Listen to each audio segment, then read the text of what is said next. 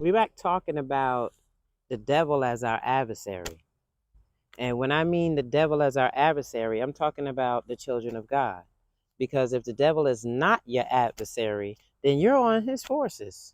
Because it's only two kingdoms, the kingdom of light and the kingdom of darkness. And so there are ways that we need to fight him. 2 Corinthians chapter 10, starting at verse 3 to verse 6. King James Version. For though we walk in the flesh, we do not war after the flesh. For the weapons of our warfare are not carnal, but mighty through God to the pulling down of strongholds, casting down imaginations and every high thing that exalted itself against the knowledge of God, and bringing into captivity every thought to the obedience of Christ, and having in a readiness to revenge all disobedience when your obedience is fulfilled. The Living Bible.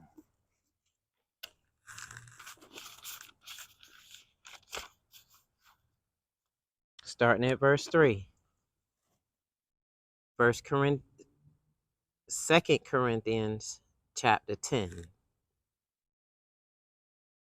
It is true that I am an ordinary weak human being, but I do not use human plans and methods to win my battles. I use God's mighty weapons, not those made by men, to knock down the devil's strongholds. These weapons can break down every proud argument against God and every wall that can be built to keep men from finding him. With these weapons, I can capture rebels and bring them back to God and change them into men whose hearts desire its obedience to Christ. I will use these weapons against every rebel who remains after I have first used them on you yourselves and you surrender to Christ. NIV version. 2 Corinthians chapter 10, 3 through 6. For though we live in the world, we do not wage war as the world does. The weapons we fight with are not the weapons of the world. On the contrary, they have divine power to demolish strongholds. We demolish arguments and every pretension that sets itself up against the knowledge of God. And we take captive every thought to make it obedient to Christ. And we will be ready to punish every act of disobedience once your obedience is complete. In the amplified version.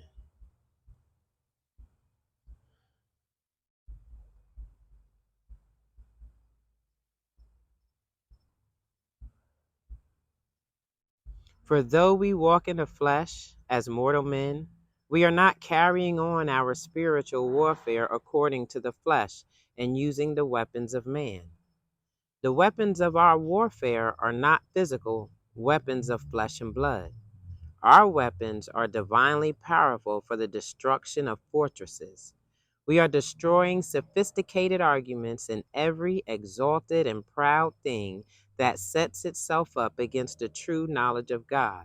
And we are taking every thought and purpose captive to the obedience of Christ, being ready to punish every act of disobedience when your own obedience as a church is complete. So the scriptures tell us we're not fighting against flesh and blood. That's what we learned in Ephesians 6. 2 Corinthians, this is before Ephesians when he wrote this book to the people of Corinth, that you can't fight the devil with your mouth. You can't fight the devil with your hands. You can't fight the devil with your feet and your knees.